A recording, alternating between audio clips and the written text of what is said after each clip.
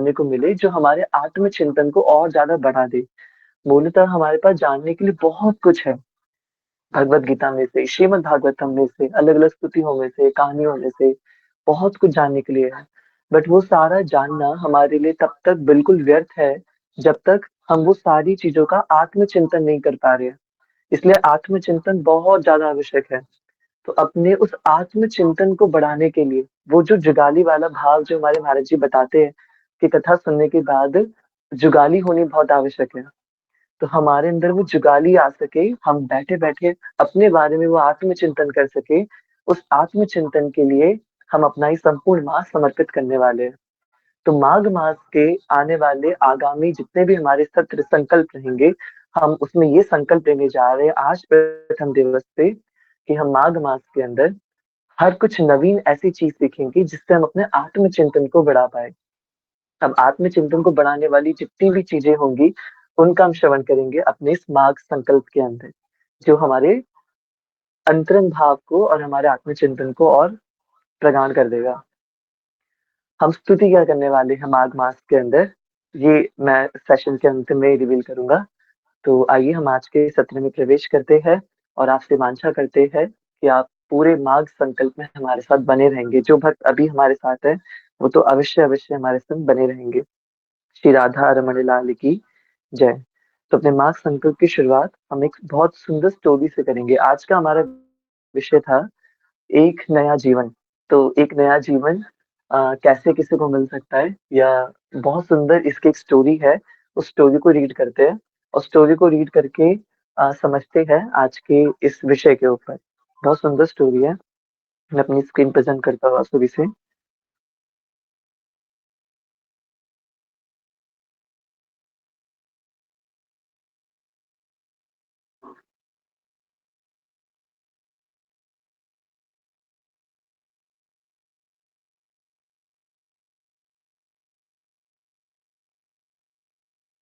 मैं आशा करता हूँ आपको मेरी स्क्रीन दिख पा रही होगी।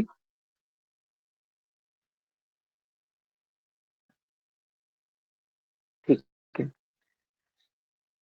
आप में से कोई भक्त पढ़ना चाहेंगे? या चलिए कोई नहीं, मैं ही पढ़ देता हूँ। एक बहुत सुंदर स्टोरी है ये, जो हमें आत्मचिंतन के विषय पर बता रही है। आत्मचिंतन का और अधिक चिंतन करवाने पे हमें प्रेरित कर रही है। तो आज का जैसे विषय था हमारा एक नया जीवन। तो आइए इस स्टोरी को पढ़ते हैं और समझने का प्रयास करते हैं कि हम लोग कैसे इस स्टोरी से रिलेट कर सकते हैं। So, this is a very interesting story of a person named Mr. Patel, who happened to be a businessman. Let's see how he used his intelligence. तो यहाँ पे हम एक बहुत अच्छी स्टोरी पढ़ने वाले हैं मिस्टर पटेल की, जो कि एक व्यापारी है और उनके साथ ऐसा क्या घटित होता है और उन्होंने अपनी उस घटना में उन्होंने अपनी इंटेलिजेंस, अपनी बुद्धि को कैसे उपयोग किया। So, once Mr. Patel, as a part of his business mission, was moving a major part of his wealth using ship. आप समझ पा रहे होंगे, बहुत सरल अंग्रेजी है। एक बार मिस्टर पटेल अपने व्यवसाय के एक बहुत मूल उद्देश्य को पूरा करने के लिए अपने व्यवसाय की किसी काम से अपनी एक बहुत अच्छी खासी वेल्थ को एक जगह से दूसरी जगह लेके जा रहे थे शिप के माध्यम से।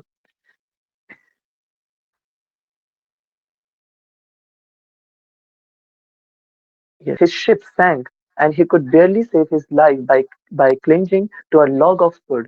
But अचानक से बहुत भयानक तूफान आ जाता है समुद्र में और उस समुद्री तूफान के कारण उनका जो शिप है वो डूब जाता है। बहुत मुश्किल से उनकी सारी वेल्थ तो बह ही जाती है, बहुत मुश्किल से वो अपनी जान बचा पाते हैं। एक लकड़ी के गट्ठे को पकड़ करके, उससे चिपक करके अपनी जान वो बहुत मुश्किल से बचा पाते हैं। Though he made to the sto- to ma- he made to the shore of an island, he was horrified to see hundreds of fibers rushing towards him. वो कैसे भी करके उस लकड़ी के गट्ठे का उपयोग करके एक तट पर आ जाते हैं, एक आइलैंड के तट पर आ जाते हैं, पर वो देख के बहुत ज़्यादा डर जाते हैं, चकित रह जाते हैं ये देख कर के कि उस आइलैंड पे रहने वाले जितने भी ट्राइबल्स थे, आदिवासी लोग थे, हज़ारों की संख्या में, सैकड़ों की संख्या में उनकी तरफ दौड़ रहे होते हैं, उस मिस्टर पटेल की तरफ दौड़ रहे होते हैं।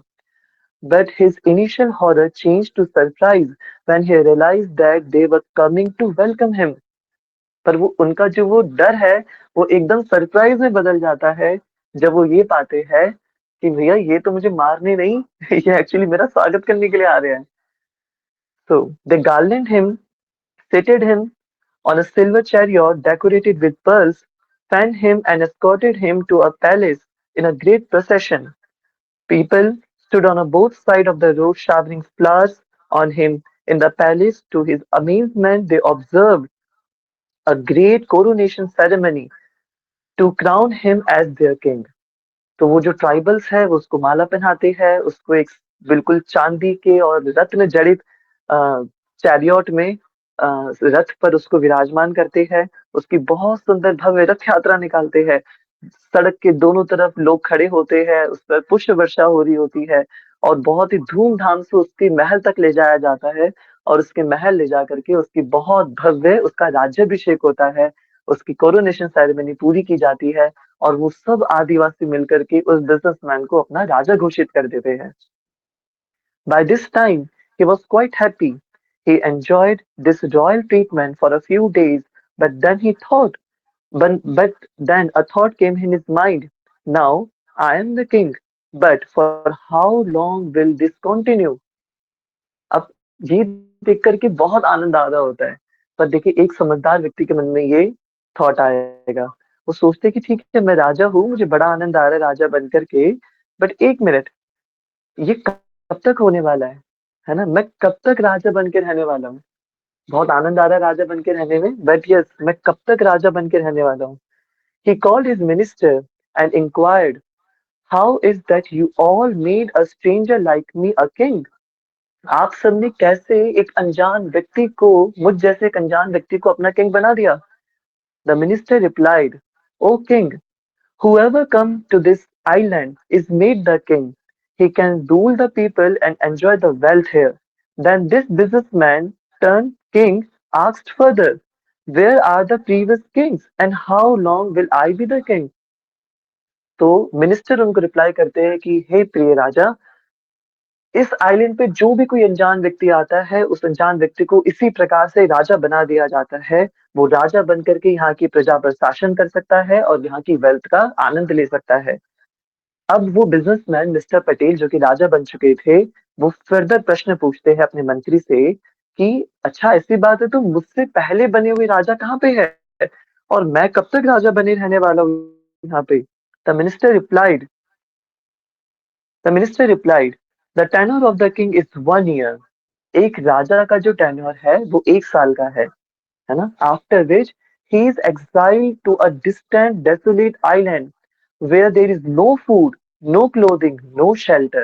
Living such a condemned life, he soon dies of starvation. Minister reply करता है राजा को कि राजा, अ, हर एक राजा का जो टेन्योर है वो 1 साल का है। 1 साल पूरा होने के बाद उनको वनवास दे दिया जाता है। उनको एक ऐसे दुरस्त बिल्कुल जिसमें कोई हैबिटेंट नहीं है, बिल्कुल दुरस्त एक आइलैंड में भेज दिया जाता है, एक द्वीप में भेज दिया जाता है जहाँ पे कोई खाना नहीं है, कोई कपड़े नहीं है, कोई शेल्टर नहीं है और ऐसे बिल्कुल अ, कंडेम जगह पर रह करके वो व्यक्ति भूख से और अकेलेपन से तड़प-तड़प के अपना आप ही मर जाता है। 1 मिनट दीजिएगा। यस। तो ऐसे कंडीशन में रह कर के वो व्यक्ति अपना आप मर जाता है। On hearing this, the king naturally become quite concerned. ये सुन कर के कि भैया 1 साल तक का ही टेन्योर है मेरा और 1 साल बाद तो मेरे साथ ऐसा-ऐसा होने वाला है। एक ऐसे राज्य में मुझे भेज देंगे जहाँ खाना नहीं है, कपड़े नहीं है, कुछ भी नहीं है। तो ये सुनकर के राजा बहुत चिंतित हो जाते हैं। After a deep thought, next day he ordered his soldier to transport the wealth of the kingdom to that desolate island. Then he ordered them to make a huge palace, beautiful gardens and lakes, ordered to transport shiploads of food grains, store them there, and make a land cultivable.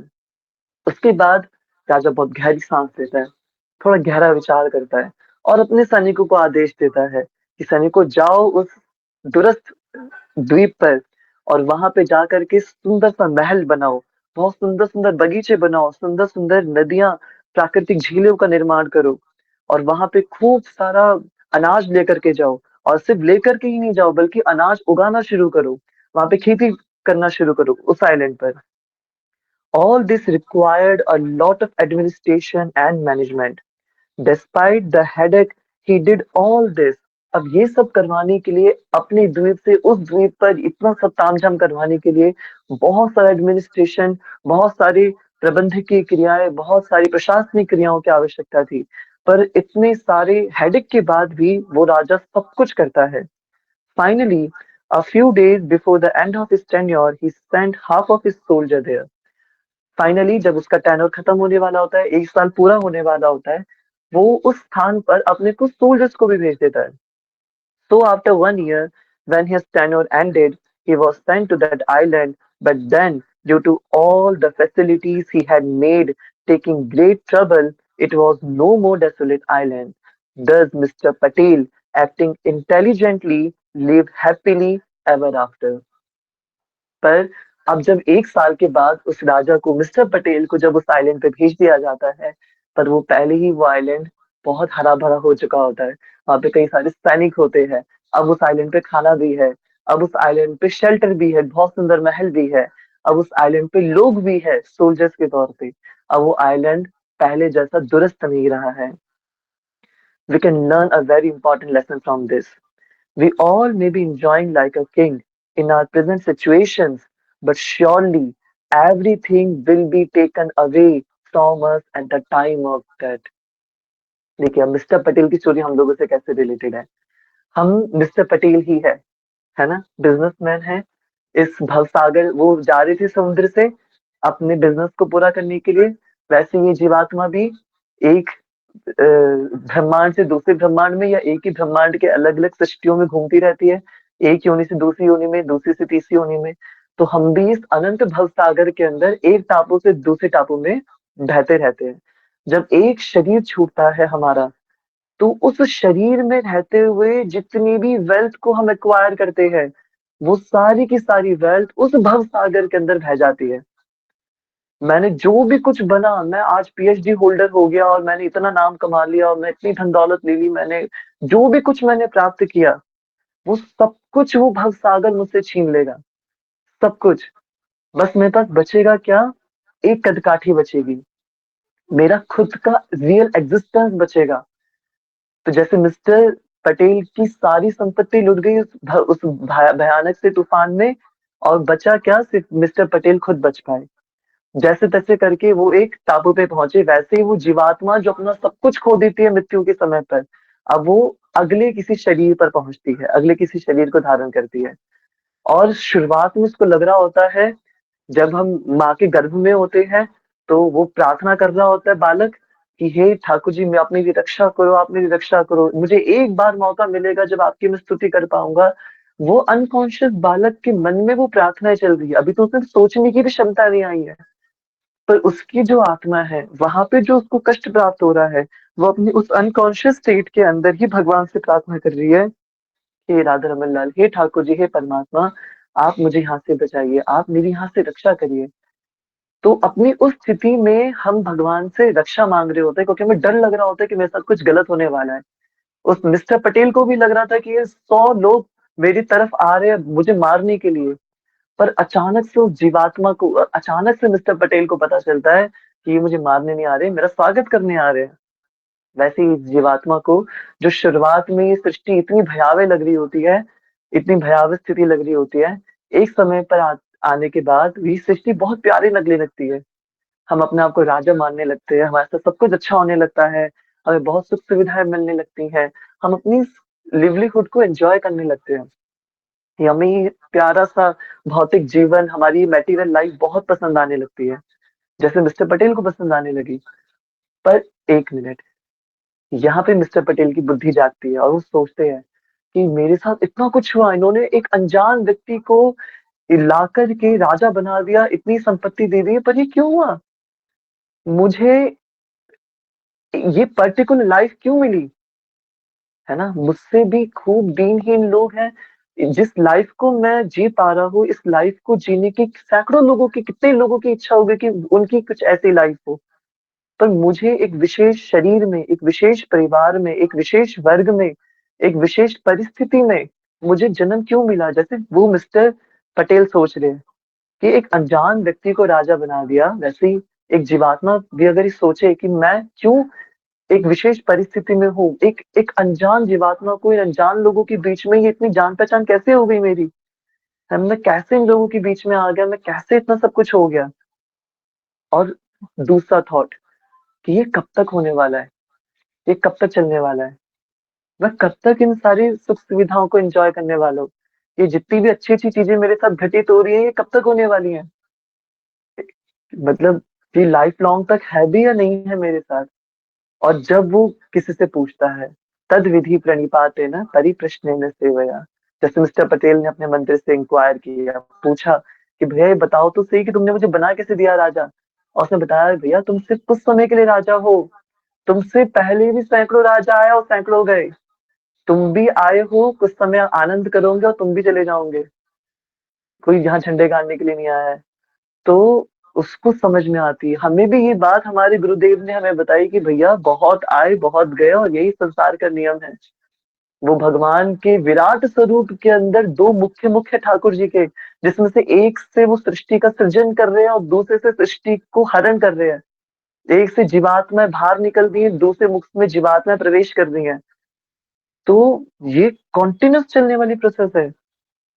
तो जैसे minister ने बताया mister Patel को, गुरुदेव हमें ये आज्ञा देते हैं, हमें बुद्धि प्रदान करते हैं। ये बुद्धि प्रदान होने के बाद अब हमें समझ में आता है यार ये तो बड़ी चिंता वाली बात है। और जब मैं राजा नहीं रहूँगा तो मुझे कहाँ भेज दिया जाएगा? तो शास्त्र गुरु हमें आज्ञा करते हैं, हमें बताते हैं कि भैया एक ऐसे स्थान पे भेज दिए जाओगे, जहाँ ये कोई नहीं है दिखने वाला जो तुम्हें ये दिख रहे हैं। जहाँ कोई तुम्हें ये खाना जो हम खूब आनंद से छप्पन भोग उड़ा रहे हैं, ये कुछ नहीं मिलने वाला।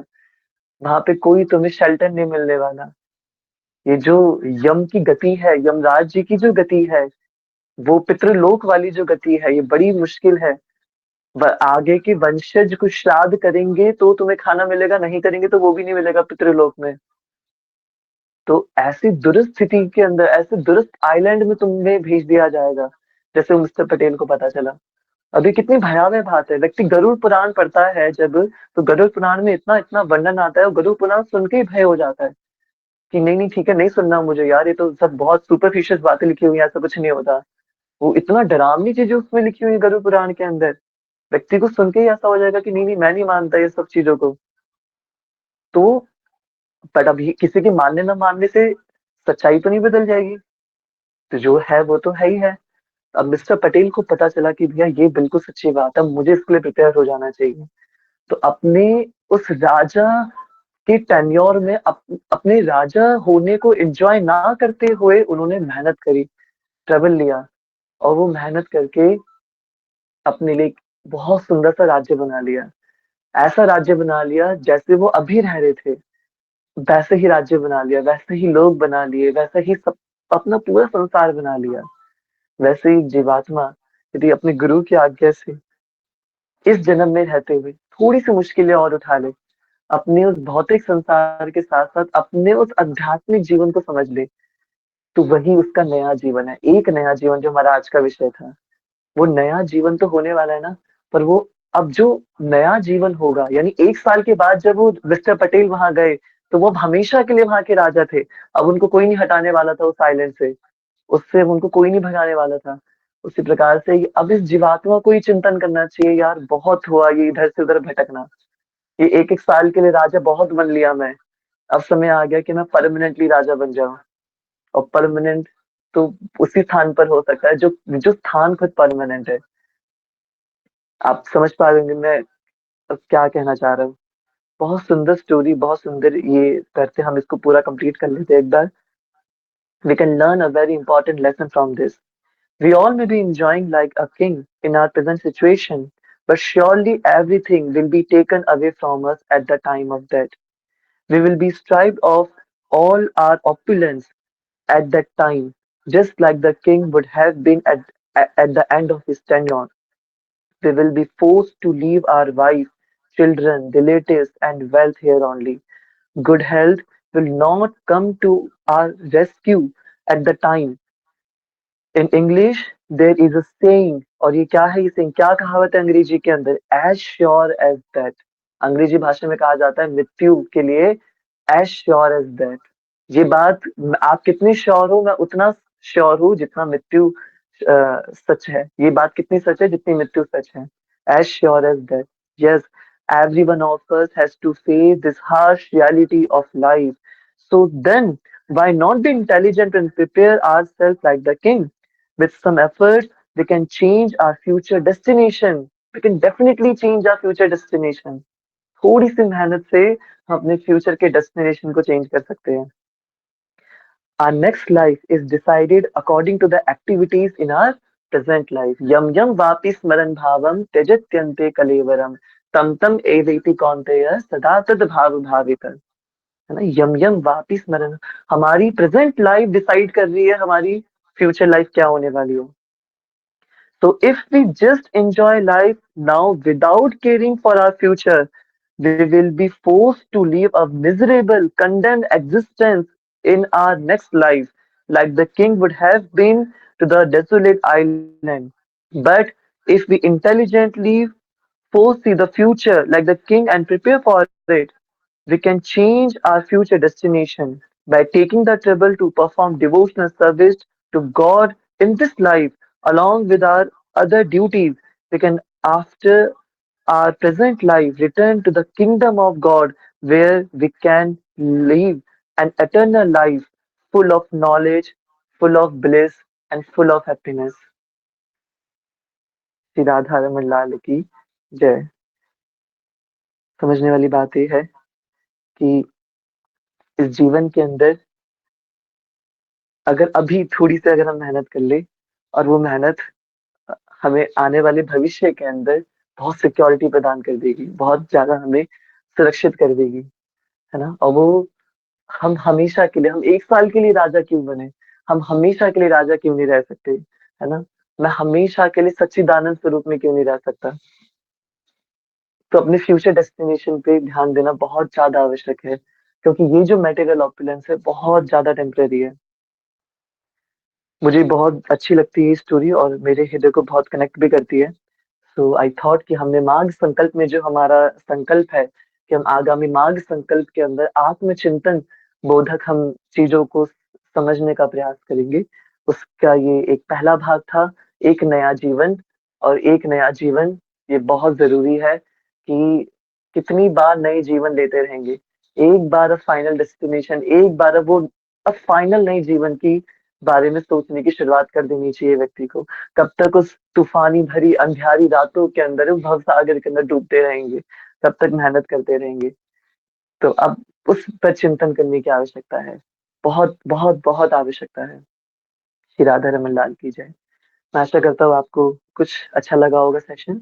और हमारे माघ मास में जो भी हम आत्मबोधक और आत्मचिंतन से संबंधित जो भी हम चीजें आप सबकी सेवा में प्रस्तुत करने का प्रयास करेंगे, वो आपको कुछ आनंद प्रदान करेगा और आपके आत्मचिंतन में आपको और सहायता प्रदान करेगा।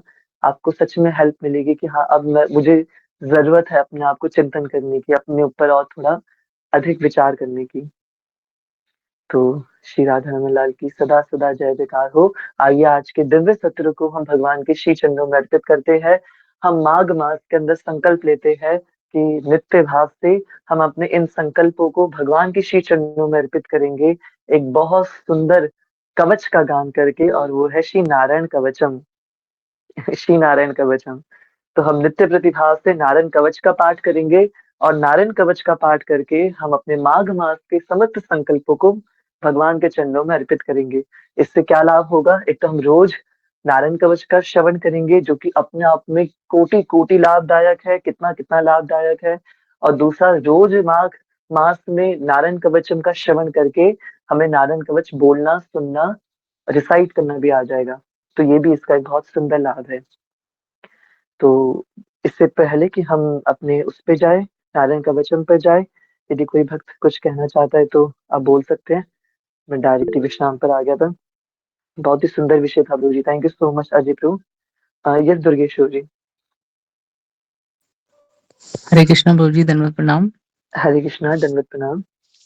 जी प्रभु जी, पहले तो कैसे बोलूं, मेरे को समझ नहीं आ रहा। वैसे तो बहुत बहुत बहुत बहुत सुंदर का जो एक स्टोरी के माध्यम से आपने समझाने का प्रयास किया, तो बहुत ही सुंदर एक स्टोरी थी जिसने मतलब बहुत सारी चीज़ें डीप चीज़ें क्लियर करी हैं।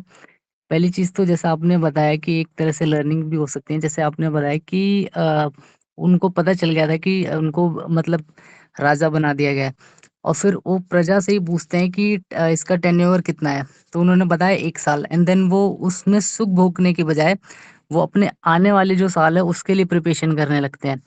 तो जो प्रजा जैसा आपने मैं वो सोच ही रहा था जब आप बता रहे थे, तो उस टाइम पे मैं कनेक्ट कर पा रहा था कि जैसा आपने बताया कि इस भौतिक आध्यात्मिक संसार में वो शास्त्र और गुरु होते हैं जो हमें आगे के बारे में जागृत करते हैं, बताते हैं।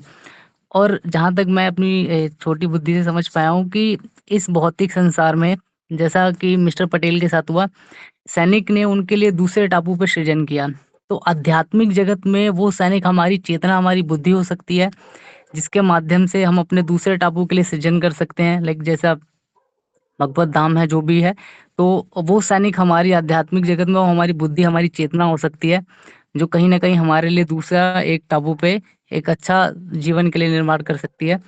तो एक ये छोटा-सा मेरे को बताना था और बहुत, बहुत, बहुत, बहुत सुंदर क्लास थी ये। Thank you so much Durgeshu, thank you so much. कितनी प्यारी बात बोली आपने। यही उद्देश्य है आज के पूरे सत्र का कि इतने सुंदर-सुंदर एंगल से हम आज के सत्र को देख पा रहे हैं, अपना आत्मचिंतन बढ़ा पा रहे हैं। तो ये बहुत सुंदर आपने शुरुआत की। थैंक यू सो मच दुर्गेशु इतनी सुंदर रियलाइजेशंस के लिए। आपका हृदय से धन्यवाद। कोई और भक्त अगर कुछ कहना चाहे?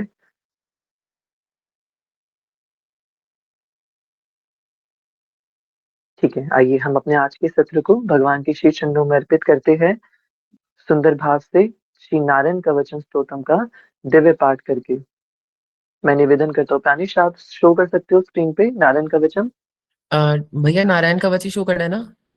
अच्छा नहीं, ठीक है, आप एक काम करो, आप श्री राधा रमन जी को आप शो करो, हम राधा रमन जी या फिर हमें नारायण कवच भी तो देखना होगा क्योंकि भी भक्तों के पास भी अवेलेबल नहीं होगा, तो आज हम नारायण कवच को ही शो करते हैं। चलो नारायण कवच आज शो हम करते हैं, लास्ट में दर्शन करके एंड कर देंगे। दर्शन करके एंड कर देंगे, बिल्कुल।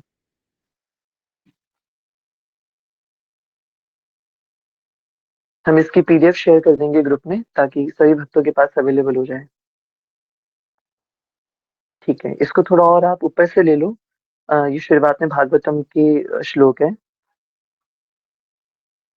मूल मूल कवचम पे आ जाते हैं, और थोड़ा ऊपर, और थोड़ा ऊपर। हाँ, यहाँ से नीचे नीचे नीचे नीचे नीचे, और नीचे और नीचे और नीचे और नीचे। नहीं नहीं, नीचे मतलब ऊपर से नीचे पे आने हम बहुत ज्यादा वो आ गए। हाँ हाँ, सॉरी मैं गलत बोल रहा था आपको। हाँ हाँ, यस, थोड़ा सा और। जैसे बस बस, ठीक है ठीक है ठीक है ठीक है। ऊपर ऊपर ऊपर, हाँ ठीक है। यस, ओम हरेर विदत ध्यान, यहाँ से ओम हरेर विदत ध्यान मम सर्वे रक्षाम, यहाँ से कवचम शुरू होता है। परफेक्ट। ठीक है। श्री राधा रमन लाल की जय। ओम नमो भगवते वासुदेवाय। ओम नमो भगवते वासुदेवाय। ओम नमो भगवते वासुदेवाय। ओम नमो नारायणाय। ओम नमो नारायणाय। ओम नमो नारायणाय। ओम श्री विष्णवे नमः। ओम श्री विष्णवे नमः। ओम श्री विष्णवे नमः।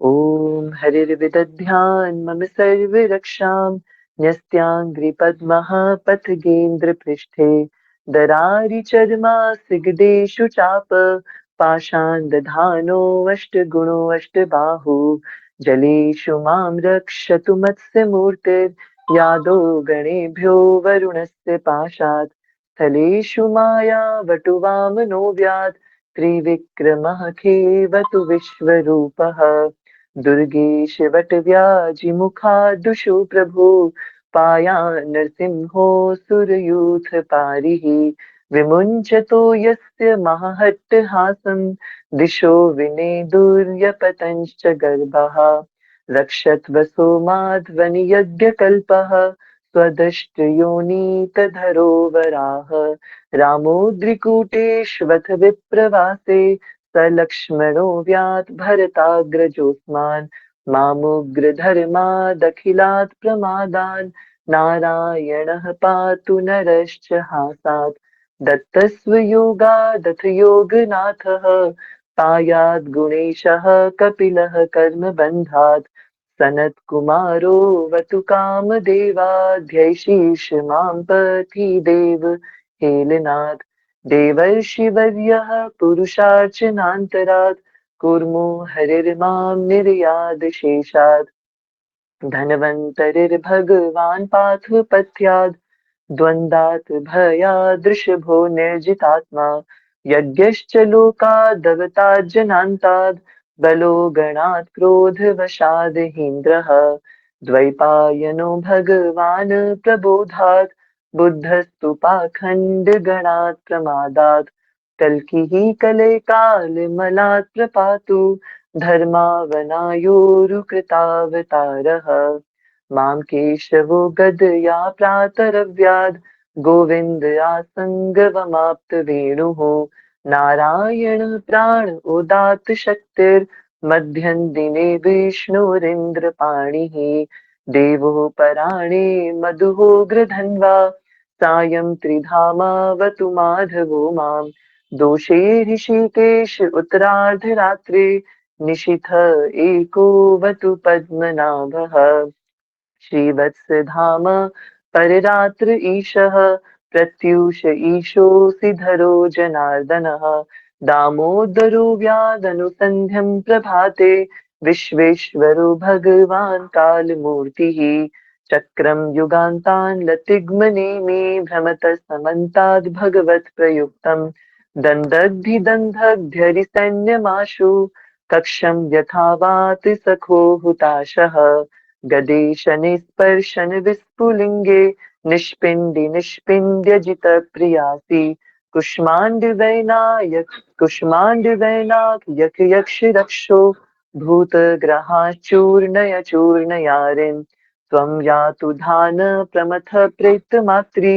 पिशाच विप्रग्रह घोर दृष्टिन् दरेन्द्र विद्रावय कृष्ण पूरितो भीमस्वनोरेर्हृदयानि कम्पयन् त्वन्तिग्मधारा शिवरारिसैन्य मीश प्रयुक्तो मम छिन्दि छिन्दि चक्षुषि चर्मा छतचन्द्र छादय दृशाम घोनां हर पाप चक्षुषाम् यन्नो भयं ग्रहेभ्यो भूत् केतुभ्यो निभ्य एव च सरीसृपेभ्यो दृष्टिभ्यो भूतेभ्यो होभ्य एव वा सर्वाणि एतानि भगवन्नाम रूपास्त्रकीर्तनात् प्रयान्तु संशयं सद्यो येन श्रेयः प्रतीपकः गरुणो भगवान् स्तोत्रस्तोभश्छन्दोमयः प्रभुः रक्षद्वशेषकृच्छेभ्यो विश्वक्सेनः स्वनामभिः सर्वापदेभ्यो हरिर्नाम रूपयानायुधानिनः बुद्धीन्द्रियमनः प्राणान् पान्तु पार्षदभूषणः यथा हि भगवान्नैव वस्तुतः सद्सच्च यत् सत्यनानेन नः सर्वे यान्तु नाशमुपाद्रवः यथैकात्म्यानुभावानां विकल्परहितस्त्वयं भूषणायुधलिङ्गाख्या धत्ते शक्ति स्वमायया तेनैव सत्यमानेन सर्वज्ञो भगवान् हरिः पातु सर्वे स्वरूपेण सदा सर्वत्र सर्वगः विदिक्षु दिक्षूर्ध्वमदः समन्ता भग विदुक्षु दिक्षूर्ध्वमदः समन्तादन्तर्बहिर्भगवान् नारसिंहः प्रहापयल्लोकभयं स्वनेन स्वतेजसा ग्रस्तसमस्ततेजः श्री राधा रमण लाल की जय।